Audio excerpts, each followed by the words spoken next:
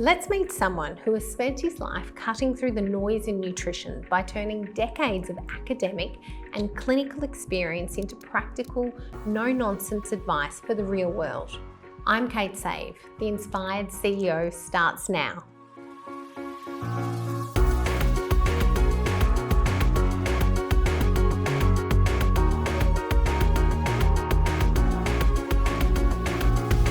Welcome to The Inspired CEO, where each episode we explore the innovative wellness practices that are driving success and longevity in the modern business world.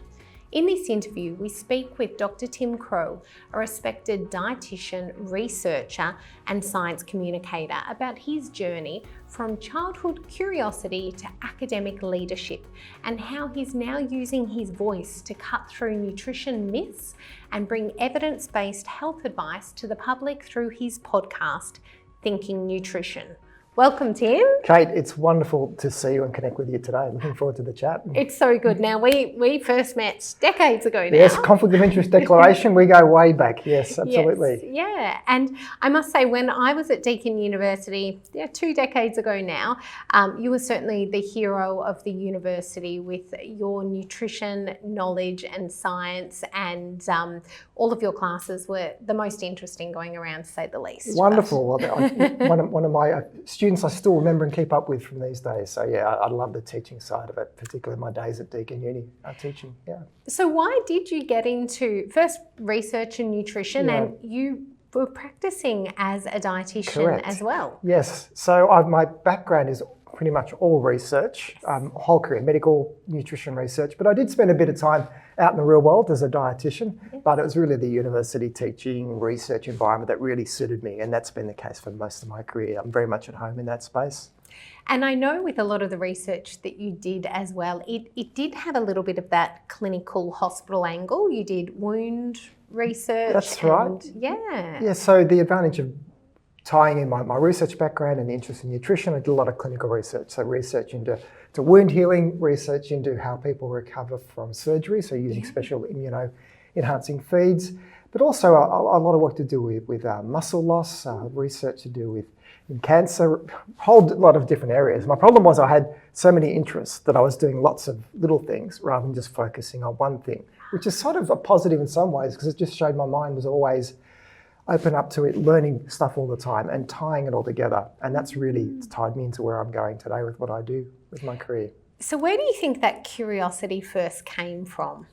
This is going to shock you. As a kid, I was the kid that played chess at lunchtime. I was the kid that wanted a microscope for his Christmas present. Yes. So I was a nerd from way back. Wow. So it was pretty clear cut that I was going to study science and then from that go into a research career and then eventually moving into nutrition. So yeah, I've always been a research nerd and I embrace it. I love being a nerd. Yeah. I love embracing all of the research, but then turning it into something that's understandable for the rest of the population. So, and enjoyable as well. It's not dull. You bring out the highlights that you get people's attention, but then you give the evidence behind that. So I think that's something not many people in the academic world are very good at doing. Thank you. You do stand out if you can do that, if you can make it understandable by the public. If you look at someone like Dr Carl, who's a great communicator, makes things really interesting and fascinating.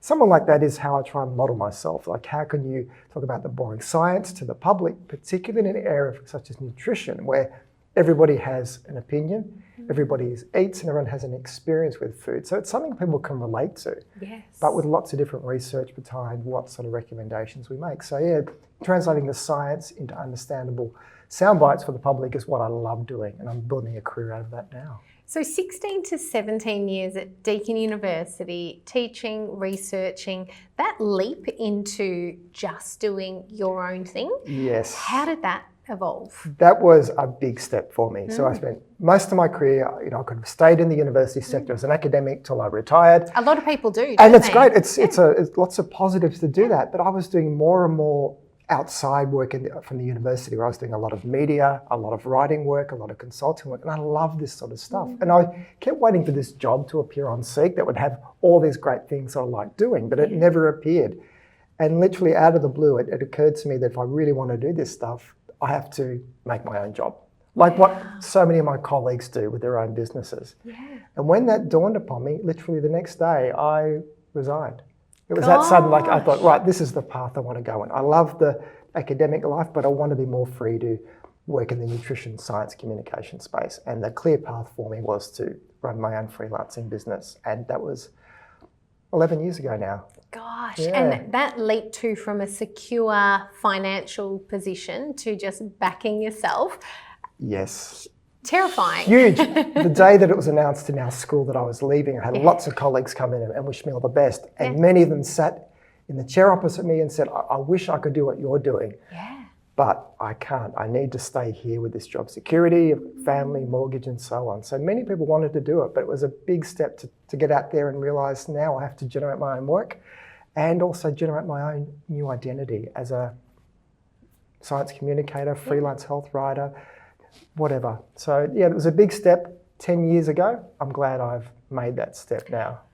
Yeah. I think what's becoming really apparent to me with what you said with your research, jumping between all the different interest areas, that you were always an entrepreneur at heart.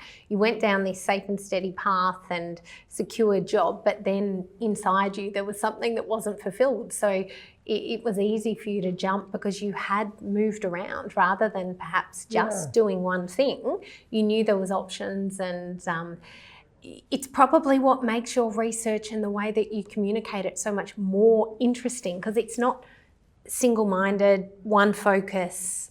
Yes. Yeah. So that's probably true. That's how I've developed, because I've had the opportunity to follow my interests and passions rather than just being defined by one particular hole. I could do many, many diverse things. So rather than just be a researcher who spent his whole life understanding how one thing works in one big system, which is really important, we need those people doing it, I like to be across a whole lot of different areas. And then it means when I see new research or a new fad come along, I don't just understand that one little bit, I understand all these other bits and pieces, how it comes together, throw it all in a big bucket, and then come out with hopefully some key messages for people of actually what it actually means in plain English. So yeah, I'm really fortunate. I'm very lucky to do what I do because I love what I do. And I must say, we're so lucky to have someone like you who understands nutritional physiology and biochemistry, who's breaking apart the science, as opposed to headlines where people go, oh, look at this. And you actually really go into the literature and tell us the truth about it, because a lot of what's out in the media is not the truth. Well, the media loves a good story and loves a good clickbait as well. And in the end, that gets eyeballs, but it can create a lot of confusion. But I'm in a happy place now that I don't have the truth. Just because I've got a good feel of the research doesn't mean that research is 100% correct. And it's just our best understanding at this particular time. And that research evolves over time. So I look at what are the common themes? What's the key messages that are coming out again and again in this particular field? And then how can we translate for messages for what it means for someone and what they eat and what they do with their health. So yeah, the media loves good stories, but also what drives them more is getting clicks and headlines. So for me, I play that game a little bit in what I do. You have to, don't you? Absolutely. And I play the clickbait game with headlines, but I guarantee if you listen to one of my podcasts or articles, you may not see the big words there, but behind it is a lot of research studies I'm bringing in to say a couple of very simple sentences. And what I love about the Thinking Nutrition podcast is it does have the headlines. It's got the creatine, the protein, plant-based proteins, all the popular collagens, stuff, the sugars, all of that. So you've got that catchy headline, but then people get that opportunity to actually learn, and you make a judgment on it and they can make their own judgment on it. But you present the information that's available. That's pretty much you've summed up a whole episode for me at the very end. Here's the information that you can do what you want with it, because I don't lose sleep at night whether you follow this diet or that diet, if you take this supplement or don't, because I'm not selling you any of these products. Here is the information and you can do with it. You can at least make an informed choice that if you want to take collagen, or if you want to go on a keto diet, if you want to try these things, well, here's the information at the moment to make an informed choice, rather than just getting your information from the big influencers on Instagram. Yes, and that is a scary, scary place, yes, isn't it? Yeah, absolutely. I feel like there should be some algorithm that sort of penalises that information, and if people actually do have the academic background to support it, the algorithm should acknowledge that. That would help. But the thing is, there's not a lot of people doing what I do on social media. So one of the things I'm really passionate about is getting new grads, people developing their career, to get involved in this space, to be a credible, sensible voice and add that to the mix on TikTok and Instagram, to sort of balance out the more fluff pieces that people may come across. Yeah. It's interesting because I think no one could mistake you as an influencer. An No. influencer has a particular tag about it. Will never be me. In fact, I tried TikTok for about 2 or 3 weeks and go, no, this platform is not for me. Yeah. None of that stuff. So yeah, I'm not an influencer. I like to think that I have influence in how I say and do things, but I am definitely not an influencer. Yeah. Now, can you unpack for me a little bit, I guess, of a controversial topic about some of how research is funded and what actually gets out there, what's true, what's not true, and how it works a little bit behind the scenes? Because I think you do see people's careers being destroyed over certain pieces getting published and not being published. And yes, so to get research done, in the end, you need money. yes, So either it can come from the government sources, or it has to come potentially from industry. So you've got government, philanthropic, and industry. All research is valid. Like, researchers are good people. Yes. The researchers they want to there. do good research. Now, what can happen is if you have to rely on industry money more often, it's not that the research is fraudulent anyway, but an industry body will fund research that's more likely to give a positive result. So they like to do lots of confirmatory studies to show that eating this food has health benefits. So we see lots and lots of research to show a benefit. Whereas research that maybe would be negative may not get published because it doesn't have the research to show it. So you get a bit of a bias of too much positive research in a field. Now, everyone's quick to go to play the industry card. However, researchers will try and get funding from the government or other organisations that plays in with their key themes and what they want research. So in some ways there is a conflict in all research of that researchers go where the money is and they want to do good research and get impactful results. So there is some level of bias. But just because research has been funded by a particular organisation doesn't mean it's biased.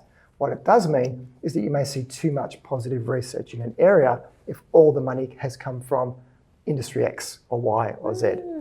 And funnily enough, people are always quick to call out the sugar industry or the beef industry, but no one has a problem with the broccoli industry or the avocado industry. So there is a bit of mixed standards that we think this research is bad because funding comes from animal foods or these industries that we don't like. But this research is okay because it's from some wholesome organisations with really healthy food. But they will play the game just as much because they want positive research that in the end means that they can sell more almonds or kale or broccoli or whatever. So they like to have the research to support the benefits. That's interesting. So there are industries that are funding that, because that was my next question is, are there, how do we get the funding out for these whole food there are organisations behind this. Absolutely. So there's organisations behind it, but the thing is the amount of money they've got to fund research is much less. You think about, let's say, the chocolate industry. And there's valid reasons to do research with chocolate, particularly dark chocolate. Yes. They've got bottomless pockets. Right. Compare that to agricultural industry, not as much money. So you again see an over-influence of funding sources from particular areas where there's just more money to fund particular products. And generally it's from areas that have lots of money because they're popular foods that people like eating. Interesting. And that's where the brands come in, don't they? Absolutely, Right. definitely. Yeah. Yes. And what have you seen in the last 20 years really around, or 20, 30 years you've been in this industry? What has changed in people's, patterns of eating with meals and snacking? And what have you seen? Because I'm sure 30 years ago, the foods that were available are quite different to now. Yes. What's your opinion on this? So our food supply is always changing. If you look at our food supply 100 years ago, there'd be nothing that you see in the supermarket that would be recognisable. Yes. Very few foods with highly processed foods and packaging. What I've seen in the last few decades is a big push now for a lot of convenience pre-packaged food. So you walk into any supermarket now and generally one of the first sections you hit are pre-prepared meals to try and make it more convenient for people to cook. And you can still eat quite healthy like that. We have home-delivered meals. All of these are a way of changing how people access food because of perceived lack of time or cooking skills. So that's been a big shift. But as a population, there's only been some small shifts in the quality of what we eat. Most of the food we eat is probably not so good. But we're seeing a few positive trends because of this occurring. And there's a lot of hype about ultra-processed foods and how damaging they are to our health. What, from your scientific point of view, an ultra-processed food, say for example something that started as a whole food and then ends up as a banana chip, Tell me a little bit about how perception of that, because people may think the banana chips, I'm eating bananas. What does that do to our health? Is there something scientifically, physiologically, that whole banana versus the banana chip? Okay, this is really a hot topic in nutrition now. So in the past, people thought, oh, don't eat processed foods, they're bad for you. But pretty much everything you eat is processed. So cooking is a form of processing. Okay. So hence this idea of having this group of foods that we call ultra-processed. And what it means is they contain few ingredients that look similar to how they started, when they were picked in the field or whatever. They generally have gone through some industrial processes in a big food factory, and they'll have a range of additional additives and flavours and so on. Now, most of the foods that are ultra-processed, we know this already, they're not good for us. Chips, confectionery, bakery products, most of these, they're treats, they're discretionary foods. But when you try and put a label on them as ultra-processed, you look at the research that people that eat a lot of these foods have a high risk of obesity, type 2 diabetes, depression, cancer, and so on. But also you can find the same links with just calling them junk foods or unhealthy foods. Right. So that's why it's useful. And not every food that's called ultra-processed is actually inherently bad. Supermarket breads, particularly whole grain, wholemeal breads, are actually ultra-processed foods by the definition. And some cereals are actually ultra-processed. Now, most of them are not so good for us. Some of them are really good. So it's not a perfect definition, but it just gives a few more guidelines. Why they're so bad for us? 2 reasons. One of them, it's what they don't contain. Right. A whole lot of beneficial nutrients and fibre, which is good for our microbiome. And the other thing is they promote passive overconsumption. We have less feedback to say we're full because they're full of salt and sugar, and we can eat a lot of them, and there's a lot of fibre, and that's probably the biggest issues. We eat too much of them because they're designed to make us eat. And that's why they're processed to that extent, because they make a lot of money for the food industry. There's certainly a fad with high protein and everything. I looked the other day, high protein wraps, high protein breads, high protein pizza bases, high protein anything and everything. Now, I guess in some foods that protein may be from a more natural source, but in other foods it might be from something like a soy crisp or gluten protein as the way to increase protein. What's your take on that? So I am all on board for this protein trend, because actually it's one of the few nutrients that we need more of as we get older, because we lose so much muscle. A whole of extra protein and resistance exercise is really beneficial. So it is true, actually, we do need more protein for most people. But yes, the source of it can be quite varied. And if it's still put into a food that's probably a ultra-processed food, overall the food itself won't be as good for you. Whereas you can get your protein from a whole range of fairly healthy foods. And if you do want to supplement, you can sort of get isolated supplements to do that. So yes, it's a great marketing tool, because protein is on trend, but there's good high protein foods and maybe not so good high protein foods. But the overall message is actually true. I fully support the idea of getting more protein. So for someone who wanted to have, say, an ultra-processed protein bar, for lack of a better word, is the macronutrient value of the protein, that seems beneficial, but are there any negatives from having this bar that is mostly ultra-processed and perhaps more synthetic ingredients? Like, you're not saying fruit, nuts and grains on there, you're seeing long names of ingredients. Is there a trade-off there? In some ways there is, because by that definition, a lot of the protein bars are ultra-processed foods. But not all ultra-processed foods are going to be bad for us if it's just that's one thing you have in an overall healthy diet. So again, it's the amount and it's the context. But technically they're ultra-processed. But if you just had them as a way to meet protein goals, because you're very busy, you're doing a lot of training, on the move, then they're actually quite good options to have. But if all you ate was them as a substitute for all healthy food, then you'd probably be facing a lot of the health issues that ultra-processed foods cause because of what they don't have in them.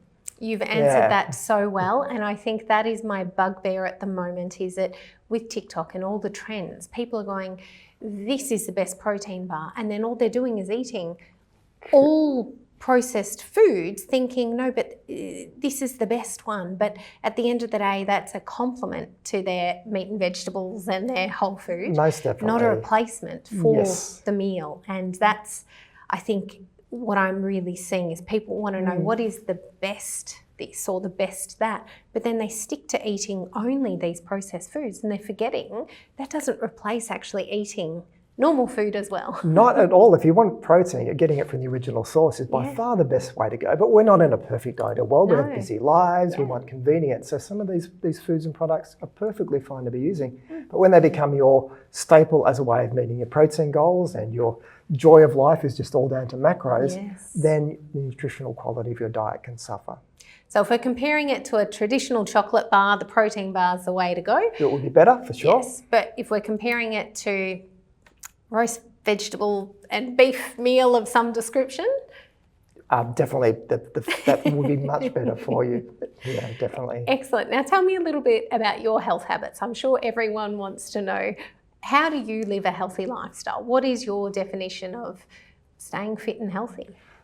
My definition of a healthy lifestyle for anyone has the three corners of good nutrition. Doesn't have to be perfect. In fact, I don't have perfect nutrition. I have all the science knowledge, but that's irrelevant. It's in the end, it's what we choose to eat.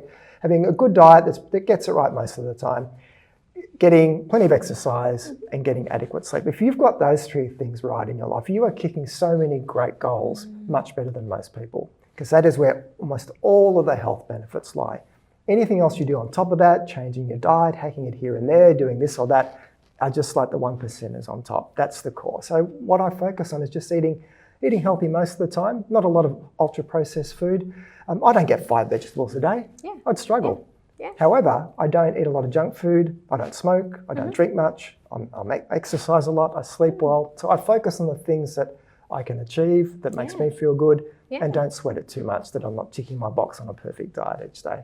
Perfect. Yeah. And I guess to sum that all up as well, if people are looking for the first thing they can do to make a change, knowing that a lot of people are living this very ultra-processed, convenient, busy lifestyle, what's a couple of things that they could get started with? Nothing is more simple than a snack food such as a piece of fruit. It's the most boring way to start. But if you're not eating much, an apple, banana, incredibly easy to put into your diet. And then making a change of just maybe having 1 extra vegetable per day or adding a few beans or legumes to your diet. It's only about making 1 or 2 small changes, because when you put these foods in your diet, generally what happens is you start displacing some of the other less healthy foods from your diet. So it's not about you have to go on this puritanic all or nothing diet. You just start eating some healthier foods. That displaces some of the less healthy foods. And what happens is mentally, when people start eating healthier, there are mental health benefits from that. That's clear cut. And when you start feeling better, that motivates you to maintain those changes over time. So that's all. There's nothing complex about what I've told you. It's just making a few small changes to start with. And if people want to learn more about some of these individual ingredients, they can go to your Thinking Nutrition podcast. Definitely. Give us a quick summary on NAD and NMN. I saw your podcast launch this week and I've heard lots of people talking about it. Have you heard about NAD before? I have. I was taking NMM. Okay, so in your cell right now, you've got this molecule called NAD, and it is at the forefront of energy production. We need it to produce energy. It has clear benefits. We produce less of it as we get older. So the idea was that if we supplement with NAD, that will restore the energy levels, and that will have benefits for our brain, for our muscles, and a whole lot of great things for us. While these supplements are popular, so you either take NMN, which is a precursor, because you can't take NAD, it isn't absorbed very well. If you take NMN, unless you're a rat, you'll get lots of health benefits, but for a human, the benefits are pretty small, if not much at all. So there's a lot of hype with it, but the clinical trials in humans, particularly in humans, it should benefit the most. So older people, inactive, the idea is if they take it, they should get benefits, and we're just not seeing it, of very, very small benefits. So I think for anyone considering these supplements, sure, you may want to trial them, you may find a small benefit, but if you're not addressing the 3 cornerstones of eating healthy most of the time, being active and sleeping well, then that's really where most of your focus should be. 2 more. Creatine. I've listened to that episode as well. Give us the lowdown. Creatine astounds me for how much positive research is coming out about it. It's been around for decades. We know that clear cut, it's a grade A supplement for athletes. It works, absolutely works. It will improve performance. But now there's a lot of research coming out to show that it may have benefits in our brain, particularly in older people and people who are losing some of their mental faculties because the brain maybe has some form of disease. Yes. The creatine can go into the brain. It's a source of energy, and it seems to help with memory and some other factors. So while it's still initial research, it's showing positive benefits as maybe an aging supplement, along with benefits on our bones, and combined with the fact that it's beneficial for our muscles, it's really what I consider a supplement for people in their middle to older years to consider as probably one that have a lot of benefits as well. For something that has almost no negative health effects, freely available, fairly cheap, and lots of research behind it. So it's not the gym benefits that we're interested in now, it's the brain and bone benefits that are coming out. And particularly in females, there was some good research, wasn't there? Which is interesting because creatine had never really been promoted to females. It was promoted to the bodybuilders. Definitely it was all the bodybuilders. Now, because of the benefits it may have more benefit in women, particularly if you consider that creatine metabolism is influenced by hormonal cycles as well. Wow. So there's really a strong case that it could be of extra benefit for women, particularly in the perimenopausal space as well. So the research is developing. I could talk all day about creatine and sports performance with lots of research. This new area is not as developed. However, I put the podcast out about a month ago, and it's been by far my most popular episode to date after 4.5 years. It shows how much it's out there in the world now on social media outside of the gym. Last one, tell us about collagen. Collagen, 10 years ago, if you had asked me about collagen, I would have said it's rubbish, it's not going to do anything, it's just a protein, you eat it, you digest it, and it just disappears in your body.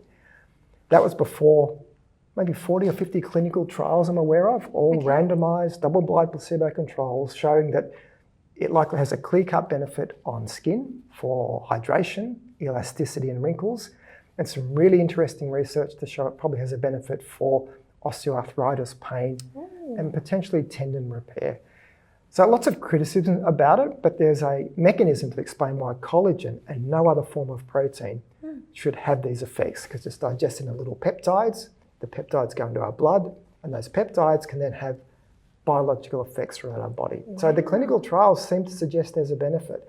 Now, unless you're a vegan, you eat collagen every day. It's just all through our food supply. It's the most abundant protein in the body. Gelatin is the most common form of it, but you'll eat it with animal foods, or you take a collagen supplement. And any risk with that? Almost, unless you've got a pre-existing collagen issue, like for taking it in food, then no, because it's a food.